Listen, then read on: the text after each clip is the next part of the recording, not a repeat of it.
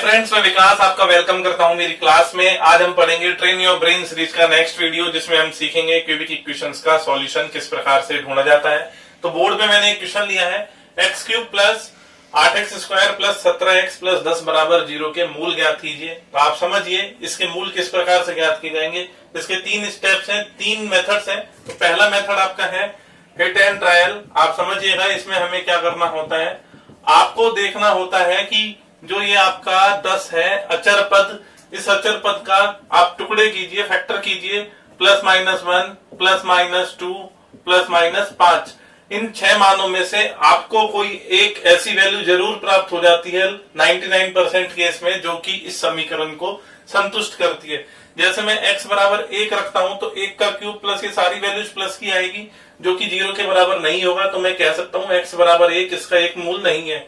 यदि मैं x बराबर -1 रखकर देखूं तो मुझे पता है x की वैल्यू जब मैं -1 रखूंगा तो -1 का क्यूब प्लस 8 इंटू -1 का स्क्वायर प्लस 17 इंटू -1 प्लस 10। अगर ये वैल्यू आपको 0 के बराबर प्राप्त हो जाती है, यानी बायां पक्ष और दायां पक्ष बराबर हो जाते हैं, तो आप कह पाएंगे x बराबर -1 इस समीकरण का एक मूल है। तो आप देखिए -1 का क्यूब आपको -1 मिलेगा, यहां से +1 इंटू 8 प्लस का 8 मिलेगा, -17 प्लस 10 बराबर 0। आप देखिए 8 और 10 18 में से आपका -18 जाएगा तो 0 बराबर 0 आ गया। यानी मैं कह सकता हूं x बराबर -1 समीकरण का एक मूल है, और समीकरण का अगर यह मूल है तो हम कह सकते हैं x प्लस 1 इस समीकरण का एक गुणनखंड होगा। और यदि यह इस समीकरण का गुणनखंड है तो जब हम इस समीकरण में इस गुणनखंड से भाग लगाएंगे तो हमें शेषफल 0 प्राप्त होगा। इससे आगे का प्रोसेस, अन्य दो मूल ज्ञात करने के लिए आपको भाग विधि पता होनी चाहिए कि गुणनखंड से आप समीकरण में भाग कैसे लगाते हैं। उसके लिए मैंने डिस्क्रिप्शन में बेसिक अलजेब्रा वाली वीडियो का लिंक दे दिया है, आप उसे जाके देखिए। मैंने डिटेल में आपको भाग देना सिखाया है कि बीजगणितीय व्यंजकों में भाग किस प्रकार से लगाया जाता है। इसे मैं फटाफट आगे हल करके अगर मैं इसके अन्य दो मूल निकालूं तो x प्लस 1 से जब मैं x cube plus 8x square plus 17x plus 10 में भाग लगाता हूं तो मैं देख सकता हूं x का भाग x क्यूब में x स्क्वायर बार जाएगा। इसको हमें मल्टीप्लाई करना होता है, x cube plus x square को 1 से करेंगे तो x स्क्वायर आएगा, बटे ये चिन्ह चेंज हो जाएंगे, ये दोनों कट जाएंगे। 8x स्क्वायर में से x स्क्वायर जाएगा तो आपके पास प्लस 7x स्क्वायर बचेगा। अन्य दो पद उतार लिए मैंने। तो आगे आप देखिए x का भाग जब आप 7x स्क्वायर में लगाएंगे तो आपको प्लस का 7x प्राप्त होगा। प्लस 7x को जब आप इससे वापस मल्टीप्लाई करते हैं तो 7x स्क्वायर प्लस 7x आपको मिल चुका है। चिन्ह परिवर्तित करने पर आप देखेंगे ये दोनों कट चुके हैं। 17x में से 7x जाने के बाद 10x बचेगा, और प्लस का 10 यदि आप कॉपी करते हैं उसके बाद आपको x का भाग 10x में लगाना है। आपको पता लगेगा प्लस का 10 बचता है। इस प्लस 10 को जब आप वापस इस भाजक से गुणा करेंगे तो आप देखेंगे 10x प्लस 10 आपको प्राप्त हो जाता है। शेषफल आपका 0 प्राप्त होता है। यानी मैं कह सकता हूं x cube plus 8x square plus 17x plus 10 को आप इस प्रकार लिख सकते हैं, भाज्य बराबर भाजक गुणा भागफल x square plus 7x plus 10 plus शेषफल, यानी भाज्य बराबर भाजक गुणा भागफल प्लस शेषफल। आगे ये इसका एक गुणनखंड है, यह एक द्विघात समीकरण है, इसके दो गुणनखंड होंगे। इसको अगर हम आगे टुकड़े करते हैं तो आप देखिए x plus 1 into x plus 5 into x plus 2, इसके अन्य दो गुणनखंड होंगे। तो यहां से मैं बता सकता हूं कि इस समीकरण के मूल मुझे x बराबर -1, x बराबर -5 और x बराबर -2 प्राप्त हो जाते हैं। यदि मैं इनको इंडिविजुअली 0 के बराबर करूं, x प्लस 1 0 करने से x बराबर -1, x प्लस 5 0 करने से x बराबर -5 और x प्लस 2 को 0 करने से x बराबर -2 प्राप्त हो जाता है। दूसरा मेथड इसका है विजुअलाइजेशन। उससे सवाल को कैसे किया जाएगा आप समझने की कोशिश कीजिए। बच्चों, दूसरा मेथड विजुअलाइजेशन है। आपको इसमें देखना होता है कि किस प्रकार से हम अचर पद को विजुअलाइज कर सकते हैं, उसको किस प्रकार से देखा जा सकता है। यदि मैं अचर पद के गुणनखंड लिखूं तो 1, 2 और 5, जैसे यहाँ आपको 3 ही गुणनखंड प्राप्त हुए हैं। अगर और भी गुणनखंड होते तो हमें गुणनखंड छांटने होते हैं। इस प्रकार से छांटने होते हैं कि आपको चेक करना होता है कि उन तीनों का जो कि आपने छाटे हैं, यहाँ पर 3 ही है, जैसे उन तीनों का आपका योगफल चेक करने पर पता होना चाहिए कि वो एक्स स्क्वायर के गुणांक के बराबर आता है। जैसे मैं देखूं कि 1 और 2 3 और 5 8, तो ये योगफल अगर 8 के बराबर है तथा इनका गुणनफल इसके बराबर है यानी अचर पद के बराबर है, तो मैं कह सकता हूं इनका चिन्ह परिवर्तित करने पर जो भी संख्याएं आएगी वो इस समीकरण के मूल होंगे। अभी हमने इस प्रोसेस को समझा भी था कि x बराबर -1, x बराबर -2 और x बराबर -5 इस समीकरण के मूल हमें प्राप्त हुए थे। आगे एक तीसरा तरीका है, इसको मैं वापस अगले एग्जाम्पल में आपको थोड़ा सा डिटेल में बताऊंगा। एक और तीसरा तरीका है, उसे आप समझिए कि तीसरे तरीके में हम फॉर्मूला का यूज करते हैं, हम प्रॉपर्टीज का यूज करते हैं, इक्वेशंस की सहायता से हम समीकरण का हल ज्ञात करने की कोशिश करते हैं। आप देखिए इस समीकरण को यदि मैं ax³ plus bx² plus cx plus d equal to 0 यानी स्टैंडर्ड क्यूबिक इक्वेशन से कंपेयर करूं, तो यहां इसे देखकर मैं कह सकता हूं a बराबर 1, b बराबर 8, c बराबर 17 और d बराबर 10 होगा। आगे एक चीज आप समझिए कि यहां से इस समीकरण के 3 मूल हैं, तो उन तीनों मूलों का योग alpha plus beta plus gamma आपका -b/a होता है। यदि दो मूलों को लेकर उनका गुणनफल लेकर उनका योग किया जाए यानी alpha beta plus beta gamma और गामा अल्फा का मान प्लस c/a होता है, और तीनों मूलों का गुणनफल यानी अल्फा बीटा गामा आपका -d/a होता है। यहां से अगर हम इन तीनों चीजों को लिखें तो आप देखिए b की वैल्यू -8/1 हो जाएगी, यानी यहां से -8 प्राप्त होगा, प्लस c की वैल्यू 17/1 17 प्राप्त होगा, और यहां से हमें d की वैल्यू 10 रखने पर -10/1 यानी माइनस का 10 प्राप्त होगा। अब आपके पास 3 समीकरण हैं और 3 ही अननोन है, 3 अज्ञात राशियां हैं, तो आप इन्हें हल करके ज्ञात कर सकते हैं कि अल्फा का मान क्या होगा, बीटा का मान क्या होगा और गामा का मान क्या होगा। आप देखेंगे, आप पाएंगे जैसे अगर मैं कहूं कि अल्फा बीटा की वैल्यू मैं यहां रख दूं तो गामा मिलेगा, -10 गामा आप यहां रख सकते हैं। इस समीकरण को पूरे को आप गामा में कन्वर्ट कर सकते हैं, इन दोनों से गामा कॉमन लेंगे तो अल्फा प्लस बीटा मिलेगा, जिसका मान आप यहां से उठाकर इसमें रखेंगे तो ये समीकरण पूरा एक गामा में हो जाएगा और गामा की वैल्यू आप कैलकुलेट कर पाएंगे।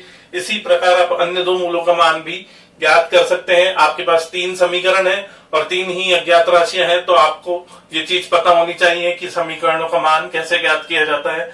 आगे दूसरा क्वेश्चन लेते हैं और समझते हैं कि उसे कैसे हल करेंगे। बच्चों सेकंड क्वेश्चन समझिए, अगर इसे मैं हिट एंड ट्रायल से हल करूं तो आपको इसमें सबसे पहले x की कुछ वैल्यूज पुट करनी होती है। यदि मैं x की वैल्यू +1 पुट करूं तो मैं देखता हूं कि अगर मैं x बराबर +1 इस समीकरण में रखता हूं तो यह इस समीकरण को संतुष्ट नहीं करेगा।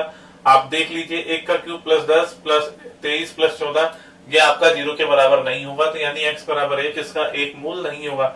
अगर मैं x बराबर -1 रख कर देखूं तो आप देखिए -1 का क्यूब +10 इंटू -1 का स्क्वायर +23 इंटू -1 +14, आप इसे हल करेंगे तो हल करने पर आपको इसकी वैल्यू -1 +10 -23 और +14 ये वैल्यू आपको 0 के इक्वल प्राप्त हो जाएगी। यानी मैं कह सकता हूं x बराबर -1 इस समीकरण का एक मूल होगा, यानी x + 1 इस समीकरण का एक गुणनखंड होगा, और गुणनखंड से यदि हम समीकरण में भाग लगाएंगे तो शेषफल हमें 0 प्राप्त होगा। आगे आप इसके अगले दोनों मूल भाग विधि से खुद से ज्ञात कीजिएगा। मैं बता देता हूं आपको, भाग लगाने के बाद इसके जो मूल अगले आपको प्राप्त होंगे वो x बराबर -2 और x बराबर -7 होंगे। यानी इस समीकरण के अन्य 2 गुणनखंड x + 2 और x + 7 होंगे। आप खुद से चेक कीजिएगा, भाग विधि मैंने आपको सिखा दी है। अगर आपको एक गुणनखंड पता है तो अन्य 2 गुणनखंड ज्ञात करने के लिए जब आप इस त्रिघात समीकरण में भाग लगाएंगे तो आपको भागफल एक द्विघात समीकरण प्राप्त होगा, जिसके मूल आप ज्ञात करेंगे तो -2 और -7 आएगा। यानी मुझे वीक इक्वेशन के तीनों मूल यहाँ से प्राप्त हो जाएंगे। सेकंड मेथड इसका जो मैंने आपको समझाया था वो है विजुअलाइजेशन। आपको देखना होता है कि अचर पद के जो भी फैक्टर हैं, जो गुणनखंड है, जैसे यहाँ 14 के फैक्टर 1, 2, 7 और 14 है, तो आपको इसमें से 3 मूल सेलेक्ट करने होते हैं। उन तीनों मूलों का योगफल इस प्रकार से होना चाहिए कि 3 मूल जैसे मैं लूं 1 और 2 3 और 7 10, उन तीनों मूलों का योगफल आपका x² के गुणांक के बराबर आना चाहिए। तथा उनका गुणनफल आपका अचर पद के बराबर आना चाहिए। अगर मैं 1, 2 और 7 को गुणा करता हूं तो मैं देख सकता हूं कि यह 14 के बराबर आएगा, और इन्हें यदि मैं जोड़ता हूं तो मैं देख सकता हूं कि यह एक्स स्क्वायर के गुणांक के बराबर आएगा। यानी अगर मैं इनका चिन्ह परिवर्तित कर लूं तो मुझे तीनों मूल प्राप्त हो जाएंगे, यानी p बराबर -1, q बराबर -2 और r बराबर -7। तीनों मूल यदि मुझे प्राप्त हो गए हैं तो मैं यहाँ वैल्यूज पुट करके तीनों वैल्यू कैलकुलेट कर सकता हूँ, जो भी मुझसे क्वेश्चन में पूछा गया है। तीसरा तरीका है जिसे आपको यहाँ डिटेल से समझना है कि आपको यहाँ पे समीकरण बनाकर किस प्रकार से मूल ज्ञात किए जा सकते हैं। तो आप जानते हैं, अगर मैं इसे standard cubic equation ax³ plus bx² plus cx plus d बराबर 0 से कंपेयर करूं तो मैं देख सकता हूं a का मान 1 है, b का मान 10 है, c का मान 23 है और d का मान 14 है। यहां से अगर मैं तीनों मूलों का योगफल यानी b plus q plus r लिखूं तो मैं जानता हूं वह -b बटा a के बराबर होता है, यानी -10 बटा 1। ये वैल्यू आपकी -10 के बराबर आ जाएगी। तीनों मूलों को अगर मैं गुणनफल लिखूं तो मैं जानता हूं वो माइनस का d बाई a होता है, यानी -14 बटा 1 से मुझे इन तीनों मूलों का गुणनफल -14 प्राप्त हो जाएगा। और यदि मैं दो मूलों का गुणनफल लेकर उनका योगफल करूं तो यह वैल्यू मुझे प्लस c बाई a के बराबर प्राप्त होती है। आप देखिए यहाँ से यह वैल्यू मुझे प्लस 23 बटा 1 यानी प्लस के 23 के बराबर हो चुकी है प्राप्त। आगे आप यहाँ समझिए, आपसे p plus q plus r पूछा है, नहीं पूछा, p क्यू आर भी नहीं पूछा, लेकिन इन वैल्यूज को यूज करते हुए आप बता पाएंगे इस सवाल का आंसर। आप देखिए, अगर मैं यहाँ लघुत्तम लूं तो यह p क्यू आर आएगा और अंश में मुझे Q R plus R P plus P R प्राप्त होगा। ये वैल्यू मैं यहाँ से कैलकुलेट कर चुका हूँ, प्लस के 23 के बराबर है तथा p क्यू आर की वैल्यू -14 के बराबर है। यानी जो आपसे पूछा गया है थर्ड क्वेश्चन, इसका आंसर -23 बटा 14 है। बाकी तीनों क्वेश्चंस किस प्रकार से किए जाएंगे समझिए, ये भी हम कैलकुलेट कर चुके हैं। p क्यू आर की वैल्यू आपकी यहाँ से अगर आपने देखा था, मैंने बताया था अभी आपको, -1, -2 और -7 आई थी। आगे आप एक चीज समझिए, आपसे p² plus q² plus r² पूछा गया है, तो वह ज्ञात करने के लिए जब मैं लिखता हूँ p plus q plus r का whole square equal to p² plus q² plus r² plus 2pr plus qr plus rq qp, तो ये वैल्यू मैं कैलकुलेट कर चुका हूं, ये रही। और ये वैल्यू भी मुझे पता है कि तीनों मूलों का योगफल आपका -b बाई a से माइनस का 10 बटे 1 यानी -10 आया था। तो इन वैल्यूज को मैं यहाँ पुट करके, ये मुझे ज्ञात है, ये भी मुझे ज्ञात है, तो मुझे अगर ये पता करना है तो मैं यहाँ से कैलकुलेट कर सकता हूँ कि तीनों मूलों के वर्गों का योगफल क्या होगा। आगे p³ plus q³ plus r³ भी आप इसी प्रकार से ज्ञात कर सकते हैं। आपको यह फॉर्मूला पता होना चाहिए। ये सब चीजें मैंने आपको बेसिक अलजेब्रा की वीडियो में बताई है, आप वहां जाइए और उस वीडियो को देखिए, उसका लिंक मैंने आपको डिस्क्रिप्शन में दे दिया है। तो p³ plus q³ plus r³ minus 3pqr आपका इक्वल होता है p plus q plus r into p plus q plus r का whole square minus 3pq plus qr plus rp। ये सारी वैल्यूज आपको पता है, ये आपको दिया गया है -10, ये भी आप निकाल चुके हैं। ये वैल्यू आपको प्लस का 23 पता है, p क्यू आर की वैल्यू -14 पता है। आप इस समीकरण में इन सभी वैल्यूज को रखेंगे तो आप इसका मान यहाँ से ज्ञात कर सकते हैं। इस प्रकार जो आपसे क्वेश्चन में मूलों में संबंध पूछा गया है, आप कोई भी संबंध निकाल सकते हैं अगर एक बार आप मूल ज्ञात कर लेते हैं। तो आगे बढ़ते हैं। तो ये दोनों क्वेश्चन आपके असाइनमेंट है, आप इन्हें ध्यान से एक बार घर पे ट्राई कीजिएगा, तीनों तरीके से इन्हें करने की कोशिश कीजिएगा। अटेम्प्ट ट्रायल से, विजुअलाइजेशन से आप देखिएगा अचर पद से हम इसको किस प्रकार से हल कर सकते हैं। और तीसरा तरीका जो मैंने आपको बताया था, समीकरण बना के इन्हें किस प्रकार से हल किया जा सकता है। अगर आपको समीकरण हल करने में या फिर भाग देने में कोई प्रॉब्लम आती है तो मैंने आपको बेसिक अलजेब्रा वाली वीडियो का लिंक नीचे मैंने डिस्क्रिप्शन बॉक्स में दे दिया है, आप उस पे लिंक पे क्लिक कीजिए और उसे पूरा देखिए। वहां मैंने आपको डिटेल में भाग देना सिखाया है कि भाग देकर आप किस प्रकार से अन्य दो मूल ज्ञात कर पाएंगे।